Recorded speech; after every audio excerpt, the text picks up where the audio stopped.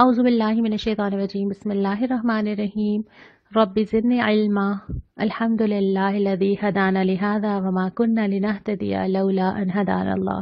اللہ کا احسان ہے کہ اللہ نے ہمیں ہدایت بخشی اور آج ہم اپنا آخری پارہ مکمل کرنے جا رہے ہیں۔ آپ سے میں نے جو کل سوال کیا تھا وہ یہ کیا تھا کہ آپ کو کس بات نے دل کو چھوا یہ اتنے عرصے میں جو ہم نے پڑھا۔ آپ کے تو بہت سارے اچھے اچھے جوابات تھے، لیکن میں آپ کو بتا دیتی ہوں کہ کس چیز نے ہمارے دل کو چھوا۔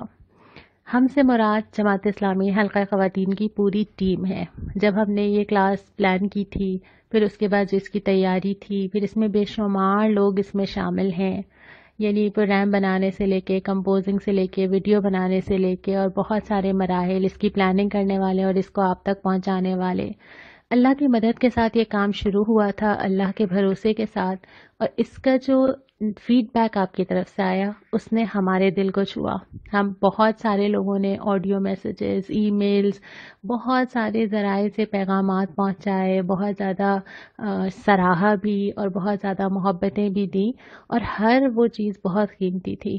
اور پھر رفتہ رفتہ یہ دائرہ جب بڑھتا چلا گیا تو اتنا پھیلا کہ ملک میں، ملک سے باہر، اداروں میں، این جی اوز میں، تراویحوں میں، خواتین جیلوں میں، ورکنگ وومن، اسکولز کی پرنسپلز کے ذریعے، سٹاف اور ٹیچرز میں، ڈاکٹرز کے ایسوسی ایشن میں، بہت سارے کالجز اور یونیورسٹیز کے اسٹوڈنٹس میں، اور بہت ساری فیلڈز میں، اور کہاں کہاں تک یہ نہیں گیا، اور ہر جگہ سے ہمیں مسلسل سینکڑوں کی تعداد میں میسیجز آتے چلے گئے۔ اس سے یہ یقین مضبوط ہوا کہ اللہ کا کلام اور اللہ پہ بھروسہ اور اللہ کے لیے کی جانے والی کوشش پہ اللہ تعالیٰ کا ہاتھ ہوتا ہے۔ اور سب سے اچھی بات ہم سب کے لیے، ہمارے لیے بھی اور آپ کے لیے بھی یہ ہے کہ اللہ تعالیٰ نے اتنے صدقہ جاریہ کا موقع دیا۔ اب تک جتنے بھی افراد سے رابطہ ہوا، سب سے زیادہ خوشی کی بات یہ تھی کہ کوئی شخص ایسا نہیں تھا کہ جس نے مزید گروپس نہ بنائے ہوئے ہوں، اور ایک آدمی 100 200 400 لوگوں کو بھیج رہا ہے۔ تو آپ سب کو خوشی منانی چاہیے اس سودے پہ جو ہم نے اللہ سے کر لیا، جو سورہ توبہ میں اللہ تعالیٰ نے فرمایا تھا نا کہ جنت کا وعدہ ہے۔ تو انشاءاللہ تعالیٰ یہ جتنے لوگ جن کو ہم نے یہ بھیجا اور جن کو ہم آگے بھیجیں گے، یہ سب ہمارے لیے صدقہ جاریہ ہوں گے۔ اور اسی چیز نے پورے رمضان ایک سرشاری کی کیفیت میں رکھا کہ اللہ تعالیٰ ہم سے کام لے رہا ہے۔ اور یقیناً آپ نے بھی یہ محسوس کیا ہوگا نا، یہی دل کو چھونے والی بات تھی کہ اللہ تعالیٰ نے ہم سب کو مل کر دین کے لیے کام کرنے والا بنایا۔ اللہ تعالیٰ ہم سب سے راضی ہو جائے۔ ایک خاص بات یہ بھی تھی، ہم نے جو آیت پڑھی تھی وَاعْتَصِمُوا بِحَبْلِ اللَّهِ جَمِيعًا وَلَا تَفَرَّقُوا، اللہ کی رسی کو مضبوطی سے تھام لو، یعنی اس قرآن کو، اور تفرقے میں نہ پڑھو۔ ہم نے اس کا عملی مظاہرہ دیکھ لیا۔ ہم مختلف فیلڈز کے لوگ ہیں، ہمارے مزاج ڈفرینٹ ہیں، ہمارے رجحان ڈفرینٹ ہیں، ہمارے انٹرسٹ ڈفرینٹ ہیں، لیکن کیسے قرآن نے ہمیں جوڑا ہے کہ ہم ہزاروں لوگ ورچولی کنیکٹڈ ہیں، اور یہ قرآن کا معجزہ ہے۔ ہاں یہ ضرور ہے کہ یہ ابھی بگنرز لیول ہے، ہمیں تو بہت آگے ہائر لیول کی طرف جانا ہے۔ ابھی نہ ہم نے فتوے پڑھے، نہ تفسیر پڑھی، نہ ڈیٹیلز پڑھی۔ قرآن تو بہت زیادہ گہرائی کا مطالبہ کرتا ہے نا، اور یہ تو صرف جھلکیاں تھیں جو ہم نے اپنا شوق بڑھایا، اور اس شوق کو ہم نے ختم نہیں ہونے دینا، کیونکہ یہی شوق ہمیں ایک سٹیپ آگے لے کے جائے گا اور تفسیر اور تفصیل کے ساتھ مطالعے کی طرف لے کے جائے گا۔ شوق اور طلب مجھ سے ہر کام کروا لیتا ہے، اور یہ کروا لے گا انشاءاللہ تعالی۔ آگے بڑھیں گے اور یہ کوشش جاری رکھیں گے انشاءاللہ۔ اب ہم آغاز کرتے ہیں پارہ نمبر 30 کے آخری ربع کا، جو ہم نے کل چھوڑ دیا تھا۔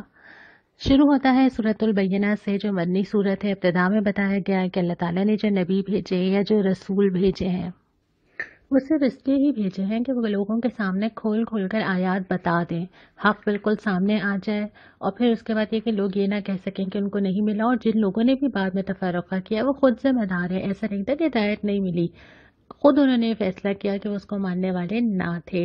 اور اس کے بعد بتایا گیا کہ جو صحیح اور سیدھے دین پہ چلنا چاہتے ہیں، اللہ کی بندگی کو خالص کر لیں، کسی اور کے علاوہ صرف اللہ کی بندگی، اپنے آپ کو یکسو کر لیں۔ ایک طرف بڑے ہیں تو بس اپنے آپ کو اس پہ قائم رکھیں، اور نماز اور زکوٰۃ یعنی اس کا عملی مظاہرہ بھی ظاہر کریں۔ اس کے بعد پھر کفر اور ایمان کا نتیجہ بتایا گیا کہ جیسے اعمال ویسا نتیجہ۔ پھر ہم آ جاتے ہیں سورہ زلزال کے اوپر، جو مدنی صورت ہے۔ ابتدا ہی میں ذکر کیا گیا ہے کہ جب زمین ہلا ماری جائے گی، اور اس کے بعد زمین کے اندر جو سارے بوجھ ہیں، اس میں ساری چیزیں کاؤنٹ ہوتی ہیں، اس میں انسان یعنی میں اور آپ، اور ہم سے پہلے اللہ کے پاس جانے والے اور بہت سارے راز جو زمین کے اندر دفن ہے سب نکال کے باہر آ جائیں گے، اور پھر زمین بتائے گی کہ میرے اوپر میری پشت پہ کیا کیا گیا، جس نے جو کیا ہوگا، چھوٹی سی نیکی کی ہوگی نکل کے آ جائے گی، چھوٹی سی برائی کی ہوگی وہ بھی سامنے دیکھ لے گا، کچھ چھپانا رہ جائے گا۔ اس کے بعد سورہ عادیات آتی ہے، اور ابتدا ہی جو ہے وہ انسان کے اپنے رب کی ناشکری سے ہوتی ہے کہ جس طرح کے وہ حالات دیکھتا ہے اپنے آس پاس اور وہ اللہ کا شکر ادا نہیں کرتا۔ اور اصل بات وہی ہے جو پہلے بھی مرض کی نشاندہی کی، مال اور دولت کی شدید محبت ہے، حالانکہ جو قبروں میں ہے وہ بھی سامنے آئے گا، اور جو سینوں میں ہے چھپا ہوا ابھی لوگوں سے، وہ بھی سب نکال کے سامنے لے آیا جائے گا۔ اس کے بعد سورہ قاریہ آتی ہے، اور بہت ہی ہلا دینے والی یہ صورت ہے، قیامت کی ہولناکی کا ذکر کرتی ہے۔ پہلا مرحلہ یہ بتاتی ہے کہ جب لوگ اور ادھر ادھر بکھرے ہوں گے، پہاڑ اون کی طرح اڑ رہے ہوں گے، گویا سارا نظام درہم برہم ہو جائے گا۔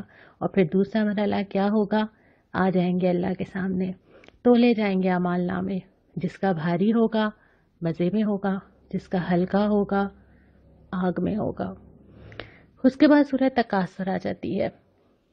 سورہ تکاثر بھی مکی کی صورت ہے، یہاں پہ بھی لوگوں کے اس مرض کی نشاندہی کی کہ تم لوگ اصل میں چاہتے کیا ہو، زیادہ سے زیادہ مل جائے ہر چیز۔ ہم میں سے کوئی ایسا ہے جس کی ایک بکٹ لسٹ نہ ہو؟ جو ماڈل میرے پاس فون کا ہے مجھے اس سے نیکسٹ چاہیے، جو کپڑے میرے پاس ہیں مجھے اس سے اچھا والا برانڈ چاہیے، جو گھر میرے پاس ہے مجھے اس سے اچھا چاہیے، اور یہ زندگی میں کبھی یہ لسٹ ختم ہی نہیں ہوتی، ایک ختم ہوتی ہے اگلی تیار ہو جاتی ہے۔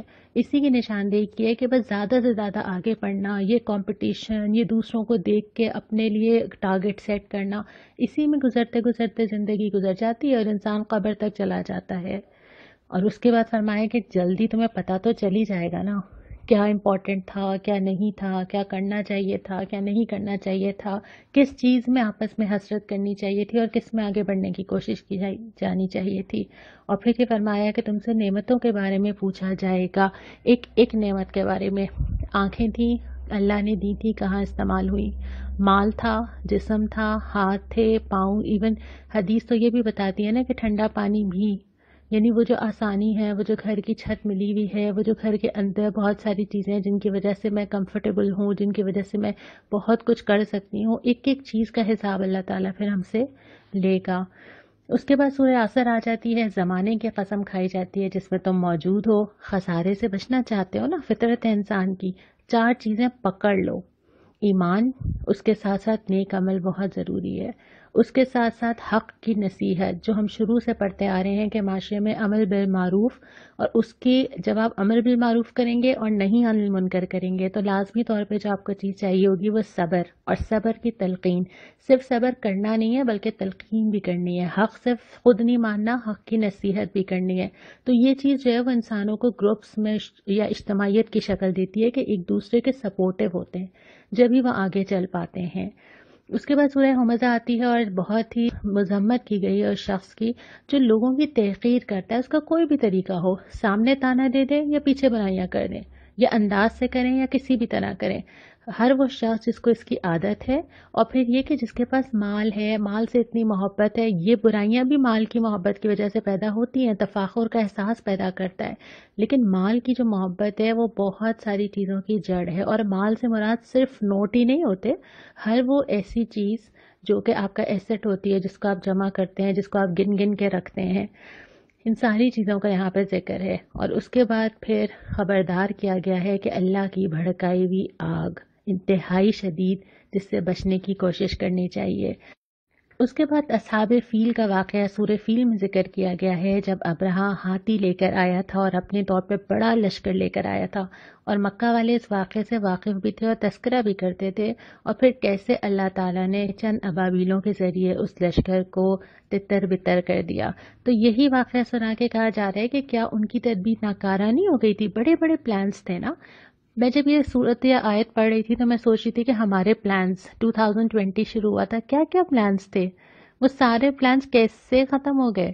تو اللہ تعالیٰ نے اس اتنے بڑے لشکر کی ساری منصوبہ بندی اور ساری پلاننگ ناکام کر دی، تو اللہ کے قدرت کے آگے تو کوئی نہیں ٹھہر سکتا۔ یہاں پہ خاص طور پہ نبی کریم صلی اللہ علیہ وسلم ان کے ساتھیوں کو بھی تسلی دینا مقصود ہے اور کفار کو بھی متنبہ کرنا مقصود ہے کہ کوئی اللہ کے آگے ٹھہر نہیں سکتا۔ اللہ نے اگر نمٹنا ہو تو اللہ کسی بھی اپنی بنائی ہوئی چھوٹی سی مخلوق سے بھی اس کو نمٹ سکتا ہے۔ اس کے بعد سورہ قریش آتی ہے جو کہ مکی صورت ہے، اور اس صورت میں اللہ تعالیٰ کی عبادت کا حق بتایا گیا ہے کہ دیکھو اللہ ہی کی وجہ سے ہے نا وہ ساری چیزیں۔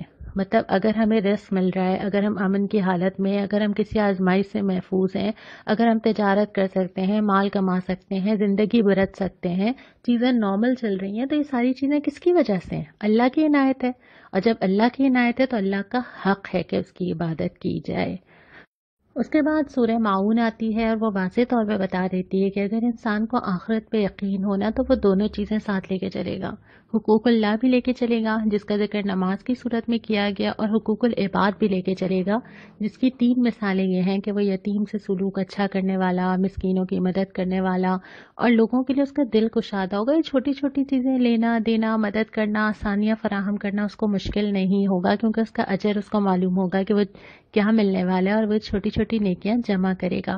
تو یہ نشانی ہے ان لوگوں کی کہ جو آخرت کے لیے چلنے والے ہوتے ہیں نا، وہ کسی ایک طرف زیادہ نہیں جھک جاتے، یہ دونوں چیزیں ساتھ ساتھ لے کے چلنی ہیں۔ حقوق اللہ پہ چلنے کا مطلب یہ نہیں ہے کہ آپ حقوق العباد متاثر کر دیں، کیونکہ یہ آپ کے دین کا حصہ ہے، آپ کا ہاف دین جو ہے وہ آپ کی ذمہ داریوں میں سے وہ حقوق العباد ہے۔ تو دونوں چیزوں کو ساتھ جب ملاتا ہے بندہ تب آخرت کی تیاری کی طرف چلتا ہے۔ اس کے بعد سورہ کوثر آئی ہے، مکی صورت ہے جس میں نبی کریم صلی اللہ علیہ وسلم کو کوثر عطا کیے جانے کا ذکر ہے، اور اس کے مختلف معنی ملتے ہیں۔ اس میں ایک تو یہ ہے کہ دنیا کی بے شمار چیزیں، جو لفظ کثرت استعمال ہوتا ہے یہ اس سے بھی آگے کی چیزیں ہیں جو اللہ کے نبی صلی اللہ علیہ وسلم کو دی گئی ہیں۔ اور اس کے بعد یہ کہ حوض کوثر کے بارے میں حدیثیں ملتی ہیں جو میدان حشر میں ہوگا، اور پھر نہر کوثر کا بھی ذکر ہمیں حدیثوں میں ملتا ہے جو کہ جنت میں ہوگی۔ اس کے علاوہ ذکر کیا ہے کہ آپ کا دشمن ہی جر کٹا ہے، جو کہ نعوذ باللہ آپ صلی اللہ علیہ وسلم کو کہا جاتا تھا اس زمانے میں کہ آپ کا نام لیوا کون ہوگا۔ آج نبی کریم صلی اللہ علیہ وسلم کا نام سنتے ہیں، تعظیماً آنکھوں کو چومتے ہیں، دل چاہتا ہے جانیں، دل چاہتا ہے حدیثیں پڑھیں، تو کس کا نام لیوا اللہ تعالیٰ نے کیسے رکھا ہے کہ ہزاروں کی تعداد میں لوگ ہیں جو جان دینے کو تیار ہے اس نام کے اوپر۔ پھر سورہ کافرون آ جاتی ہے جو مکی صورت ہے، اور اس صورت کی خاص بات یہ ہے کہ یہ واضح کر دیتی ہے کہ دین کی کبریائی میں کوئی کمپرومائز نہیں ہے، کوئی مداہنت نہیں ہے، کوئی مصالحت نہیں ہے۔ اللہ تعالیٰ نے بالکل شروع میں بار بار ہم نے پڑھا کہ آیا تھا کہ اللہ نے یہ دین اس لیے بھیجا کہ یہ تمام دینوں پہ غالب ہو جائے، تو یہاں پہ بھی برات کا اظہار کیا گیا ہے کہ ہم کسی ایسے دین کی عبادت تو کریں گے ہی نہیں، ہم کسی اور معبود کی تو عبادت کریں گے ہی نہیں، لیکن ہم کمپرومائز بھی نہیں کریں گے۔ اللہ تعالیٰ نے ہماری زبانوں سے یہ پیغام دلوایا ہے کہ ہمارا نہ ہم تمہاری عبادت کریں گے نہ تم ہماری کرو گے، لیکن ہم اپنا دین چھوڑیں گے نہیں، اس پہ کمپرومائز نہیں کریں گے، کسی اور دین کے تحت یہ نہیں رہے گا۔ ہم نے سورہ توبہ میں وہ اعلان پڑھا تھا نا کہ اب آپشنز یہی ہیں کہ جو اسلام کی کبریائی کے اندر رہنا چاہتا ہے، اپنا دین قائم رکھنا چاہتا ہے، تو وہ ذمہ بن کے رہے گا، اسلام کسی اور دین کے تابع بن کے نہیں رہ سکتا۔ اور اس کے بعد یہی ہے کہ راستہ ہمارا یا تمہارا، یعنی جو لوگ اللہ کے راستے پر ہیں اور جو لوگ اللہ سے کفر کر رہے ہیں وہ دونوں ایک ساتھ نہیں چل سکتے۔ اس کے بعد سورہ نصر آ جاتی ہے جو کہ مدنی صورت ہے۔ ذکر کیا گیا یہ اس وقت کی بات ہے، ابھی جب یہ نظر تو نہیں آیا، لیکن ان قریب اللہ کی مدد جب تم دیکھو، فتح دیکھو، تم دیکھو کہ بہت سارے لوگ شامل ہو رہے ہیں۔ یہاں پہ تلقین ایک ایسے نبی کو کی جا رہی ہے جنہوں نے پوری زندگی لگا دی ہے، سب کچھ قربان کر دیا ہے۔ اللہ تعالیٰ پھر بھی یہ فرما رہا ہے کہ دیکھو جو سب کچھ تمہیں نظر آ رہا ہے، جو اینڈ رزلٹ بہت اچھا بھی نظر آ رہا ہے نا، مطلوب رویہ کیا ہے؟ سب سے پہلے اللہ کی تعریف کرو، اللہ کی تسبیح، اللہ کی مدد کا اقرار، اللہ نے تمہیں تھامے رکھا، آسانی کی، اور اس کے بعد اپنے مغفرت کی دعا مانگو۔ یعنی یہ اب کسی بھی کام میں یہ نہ سمجھنا کہ یہ میں نے کیا ہے، یہ سمجھنا کہ اللہ نے مجھے توفیق بخشی ہے۔ اور یہی بات میں نے پہلے بھی کی تھی نا کہ اگر قرآن بھی پڑھ لیا ہے نا ہم نے اس ماہ جتنا بھی پڑھا ہے، لیکن وہ ہم نے نہیں کیا ہے، وہ اللہ نے ہمیں توفیق دی ہے، تو اللہ کا شکر ادا کرنا بہت ضروری ہے۔ اس کے بعد سورہ لہب آ جاتی ہے جو کہ مکی صورت ہے، اور ابو لہب جو بدترین دشمن دین تھا اس کا ذکر کیا گیا ہے، اس کے انجام کا، کہ جو کچھ اس نے کمایا، کسب کا لفظ آیا ہے، کمائی میں چاہے اس کی اولاد ہو، چاہے اس کا مال ہو، کوئی کام تھوڑی آئے گا، اور چاہے اس کی بیوی، وہ بھی اس کے ساتھ ہے، وہ بھی وہی انجام دیکھے گی۔ خاص بات یہ ہے کہ یہ نبی کریم صلی اللہ علیہ وسلم کا خونی رشتہ دار ہے، تو ایک دفعہ پھر اس نظریے کو دہرایا ہے کہ رشتہ داری کام نہیں آئے گی، اعمال کام آئیں گے۔ پھر سورہ اخلاص آتی ہے، خالص توحید کی دعوت، قل هو اللہ احد، کہہ دو اللہ ایک ہے۔ یہ ایک جملہ پتہ نہیں کون کون سے نظریوں کی، کون کون سے شرک کی، سب کی جڑ کاٹ دیتا ہے۔ پھر یہ فرمایا کہ اللہ تو بے نیاز ہے نا، تمہیں ضرورت ہے اس کے آگے جھکنے کی، لوگوں کی محتاج ہے کہ وہ اللہ کے سامنے آئیں، کیونکہ اللہ کے برابر کوئی نہیں ہے، اللہ سے بڑھ کر بھی کوئی نہیں ہے۔ اس کے بعد جو دو صورتیں آتی ہیں، سورہ فلق اور سورہ ناس، ابتدا میں جو چیزیں سیم ہیں اس کو ساتھ ہی لے لیتے ہیں۔ پہلی چیز یہ کہ ہم سب اللہ کی پناہ مانگیں۔ پناہ کا مطلب یہ، ہم اللہ سے حفاظت مانگیں، آڑ مانگیں، لپٹ جانا۔ مجھے وہ سچویشن لگی ہے جس میں ایک بچہ جاتا ہے نا اور وہ ماں سے لپٹ کے اپنی آنکھیں بھینج کے بس ماں کے سائے میں چلا جاتا ہے کہ اب یہ مجھے بچا لیں گی، وہ والی کیفیت جو ہے نا وہ اللہ تعالیٰ سے ہو، اللہ کے سائے میں آ جانا، اللہ سے چمٹ جانا، اللہ کو آگے کر کے خود پیچھے ہو جانا کہ اے اللہ بس آپ مجھے پناہ دے دیجئے، کیونکہ پناہ وہی دے سکتا ہے نا جو رب ہے، جو پالنے والا ہے، جس کی ربوبیت اتنی زیادہ ہے کہ وہ ہر چیز کا خالق ہے، مالک ہے، معبود ہے، وہی کر سکتا ہے، اسی کے پاس وہ پاور ہے، وہی میری مدد کر سکتا ہے، میرے پاس تو نہیں ہے۔ اور پھر وہ جانتا بھی ہے ہر چیز کو، میں جو مانگ رہی ہوں وہ ٹھیک ہے کہ نہیں، میں جس کو شر سمجھ رہی ہوں وہ خیر ہے، میں جس کو خیر سمجھ رہی ہوں وہ شر ہے، مجھے تو پتہ ہی نہیں مجھے آگے کیا کیا کرنا کیا چاہیے، کس سے بچنا چاہیے، کس سے نہیں بچنا چاہیے۔ تو اپنے آپ کو اللہ کی پناہ میں دے دینا ہر شر سے، اور شر میں وہ تمام چیزیں آ جاتی ہیں جو مجھے ناگوار گزرے، وہ تکلیف، غم، نقصان، مسائل، پریشانیاں، کچھ ایسی ہیں جن کا میں شکار ہوں، وہ چلی جائیں میری زندگی سے، اور کچھ ایسی ہیں جو آگے آنے والی ہوں، ان سے مجھے بچا لیں۔ یہ دونوں چیزیں اللہ کے سامنے مانگنا، اسی لیے ہدایت کی گئی نا کہ سورت کو کثرت سے پڑھو، روزانہ سونے سے پہلے پڑھو۔ اور پھر جو خاص چیزیں دونوں صورتوں میں ہیں، سورہ فلق میں جو پناہ مانگی گئی ہے ہر چیز کے شر سے جو اس زمین پہ موجود ہے، اور اس کے بعد رات کی تاریکی کے شر سے جس میں بہت سارے گناہ اور بہت ساری غلط چیزیں جنم لیتی ہیں، پھر پھونکنے والوں یا جادو کے شر سے، اور پھر حاسد کے شر سے۔ اور سورہ ناس میں جو پناہ مانگی گئی ہے وہ بار بار کے وسوسے سے، وسوسہ میرے اندر بھی آتا ہے، میرا نفس بھی ڈالتا ہے، شیطان چاہے وہ جنوں میں سے ہو چاہے وہ انسانوں میں سے ہو، اور یہ وسوسے مجھے پریشان کرتے ہیں نا، اس کے لیے بھی اللہ تعالیٰ سے مدد مانگنی ہے۔ تو ان تمام چیزوں سے اللہ کی مدد مانگنی ہے، اور یہی ہم اللہ تعالیٰ سے ایک اور مدد بھی مانگ لیتے ہیں، وہ ہے ہمارا اگلا قدم، اور وہ قدم یہ ہے کہ ہم انشاءاللہ تعالیٰ خلاصہ سیرت شروع کرنے جا رہے ہیں، اور اس خلاصہ سیرت میں بھی ہم اسی طرح سے نبی کریم صلی اللہ علیہ وسلم کی پوری سیرت کو لے کے چلیں گے جھلکیوں کی شکل میں، اور ہر ہفتے کی صبح 11 بجے آپ کو کلاس موصول ہوگی، اور اس کے ساتھ آپ کو سوالات فارم کی شکل میں آپ کو واٹس ایپ پر ہی گوگل فارم کی شکل میں سوالات مل جائیں گے۔ تو انشاءاللہ تعالیٰ یہ خلاصہ سیرت ہم اسی طرح مکمل کریں گے، اسی جوش کے ساتھ، اسی جذبے کے ساتھ، اسی محنت کے ساتھ جیسے ابھی ہم نے خلاصہ قرآن مکمل کیا ہے۔ اس کے سلسلے میں جو کام آپ نے کرنے ہیں ان چھٹیوں میں، جو آپ کو عید کی چھٹیاں مل رہی ہیں، بلکہ ابھی تو آپ کے پاس رمضان کے کچھ گنے چنے دن بھی باقی ہیں، آپ نے اپنے لیے استقامت کی دعا مانگنی ہے، اور ہمارے لیے بھی کہ اللہ تعالیٰ ہمارے اس ارادے کو پورا کرے جو ہم نے کیا ہے۔ دوسرا، اپنے کثرت سے درود پڑھنا ہے، نبی کریم صلی اللہ علیہ وسلم سے تعلق کی بنیاد رکھنے جا رہے ہیں ہم، اور پھر درود آپ کے کاموں کو آسان بھی کرتا ہے نا، تو ہم نے کثرت سے درود پڑھنا ہے، اس خوش نصیبی کو محسوس کرنا ہے کہ ہم اللہ کے نبی صلی اللہ علیہ وسلم کے بارے میں پڑھیں گے۔ پھر آپ نے گروپس بنے ہوئے تو ہیں آپ کے، لیکن آپ نے مزید گروپس سوچ سوچ کے بنانے ہیں، مزید افراد کو شامل کرنا ہے جو انٹرسٹ رکھتے ہوں، سوچنا ہے، کیونکہ آپ کا یہ صدقہ جاریہ ہے، تو جتنا صدقہ جاریہ ہوگا انشاءاللہ اتنا اللہ تعالیٰ کے پاس نکل نکل کے گواہیاں آئیں گی۔ تو افراد کو سوچئے، جتنے پاسبل افراد آپ گروپس بنا سکتے ہیں اپنی اپنی جگہ پہ گروپ بنائیے۔ پھر آپ کے پاس فارمز آ رہے ہیں، گوگل فارم آ رہا ہے، اور یہ فارم رجسٹریشن فارم ہے. آپ نے یہ فارم بھرنا ہے اور ہمیں بتانا ہے کہ آپ اس گروپ میں شامل ہو چکے ہیں یا آپ اس کے لیے تیار ہیں. یہ فارم آپ کو لنک نظر آ رہا ہے، آپ کو جہاں سے کلاس موصول ہوئی ہے وہاں سے بھی لنک آپ کو مل جائے گا، لیکن آپ میں سے جتنے لوگ ہیں انہوں نے انڈیویجولی بھرنا ہے. یعنی اگر ایک گھر کے اندر 4 افراد ہیں تو چاروں یہ فارم الگ الگ بھریں گے. آپ کے فارمز ہمارے پاس انشاءاللہ آ جائیں گے، پھر ہم انشاءاللہ تعالیٰ بس عید منا کے ہم واپس آئیں گے.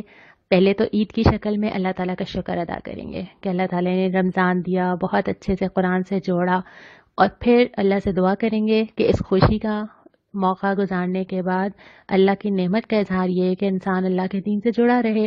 تو عید منانے کے فوراً بعد جو پہلا ہفتہ آئے گا انشاءاللہ تعالیٰ 30 مئی کو ہماری پہلی کلاس ہوگی. 30 مئی کو صبح 11 بجے آپ کو پہلی کلاس موصول ہوگی، اور انشاءاللہ تعالیٰ ہم سفر اس طرح ساتھ طے کرتے چلے جائیں گے.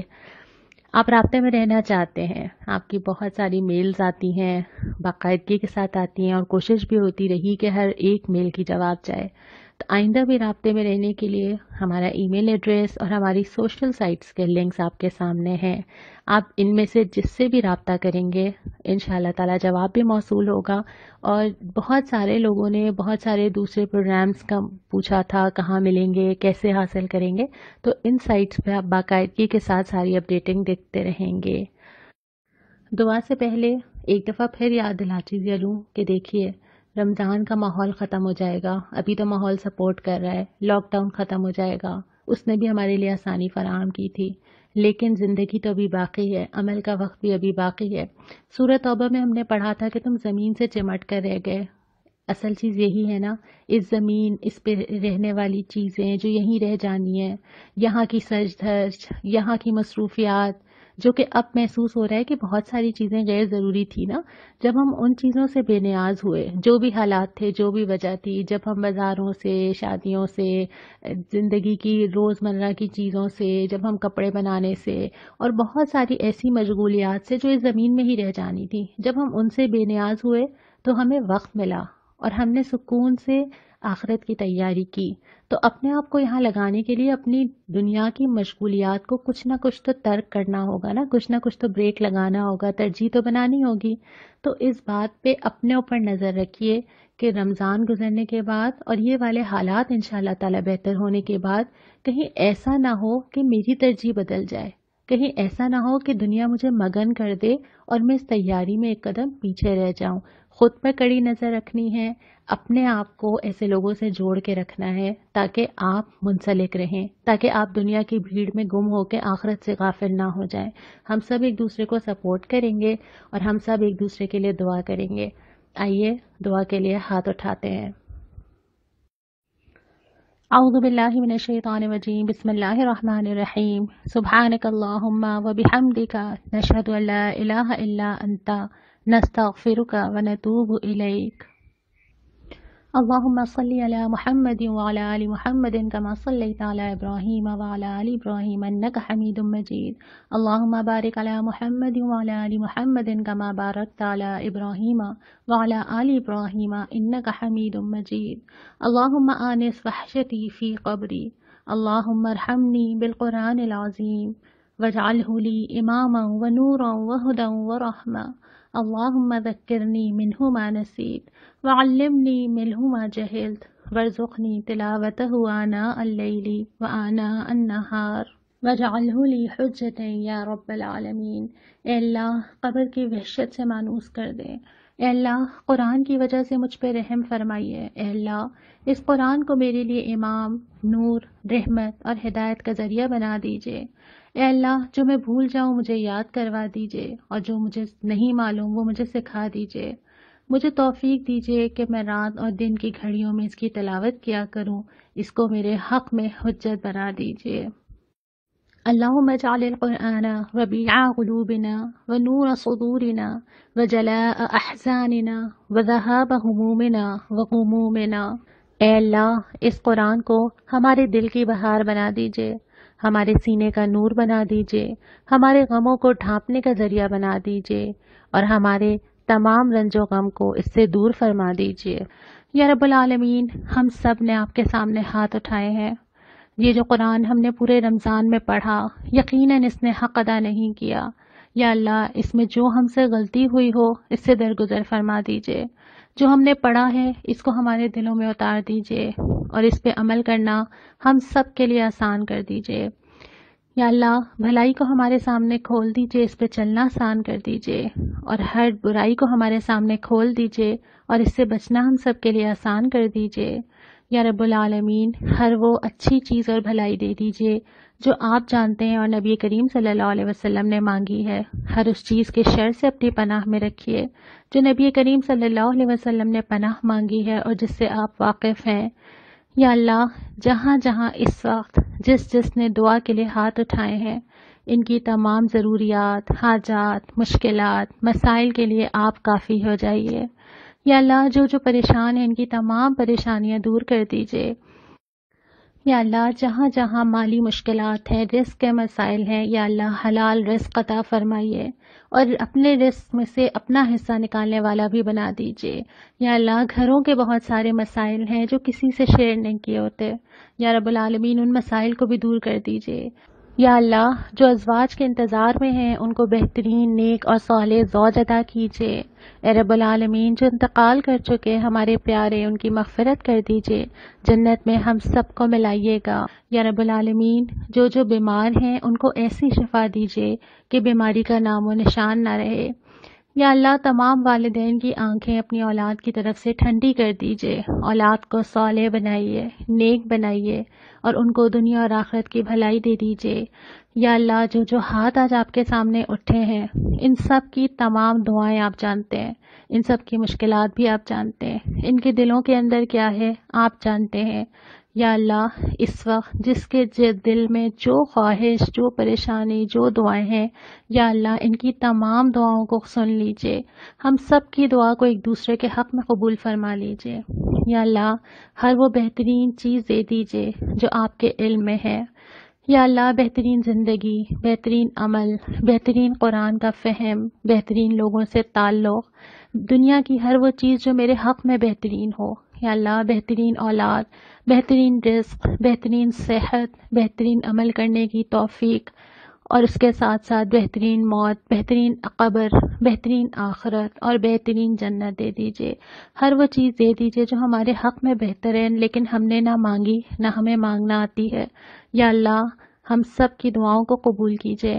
آگے بڑھنے میں ہماری مدد فرمائیے، ہمارے دل کو اپنے لیے خالص کر لیجئے، آخرت کی تیاری کرنے والا بنا دیجئے. ہم نے جو تہیہ کیا ہے کہ اس رمضان کے بعد ہم نبی کریم صلی اللہ علیہ وسلم کی سیرت پڑھیں گے، یا اللہ ہمیں سیرت سے اپنے لیے رہنمائی لینے والا بنا دیجئے. ہمارے ارادے مکمل کرنے میں ہماری مدد فرمائیے. اے اللہ اس رمضان میں جو عبادتیں ہم نے کی یقیناً ان میں بہت کمی تھی. یا اللہ ہماری ان چھوٹی چھوٹی ٹوٹی پھوٹی عبادتوں کو قبول فرما لیجئے اور ہمارے ہاتھ ابھی نیچے بھی نہ جائیں کہ ہماری مغفرت کی جا چکی ہو. یا رب العالمین ہم سب کی مغفرت کر دیجئے، ہم سب کی دعاؤں کو سن لیجئے. آپ ہمارے لیے کافی ہو جائیے. ربنا تقبل منا انک انت السمیع العلیم وتب علینا انک انت التواب الرحیم. وصلی اللہ تعالی علی خیر خلقہ محمد وآلہ واصحابہ اجمعین برحمتک یا ارحم الراحمین. آمین. السلام علیکم ورحمۃ اللہ. اللہ ربی والاسلام دینی ومحمدا رسول اللہ ویقینی أدنو إليه ساجدا بجبيني اقبل صلاتي وللصواب اهديني. الله ربي والإسلام ديني ومحمدا رسول الله ويقيني أدنو إليه ساجدا بجبيني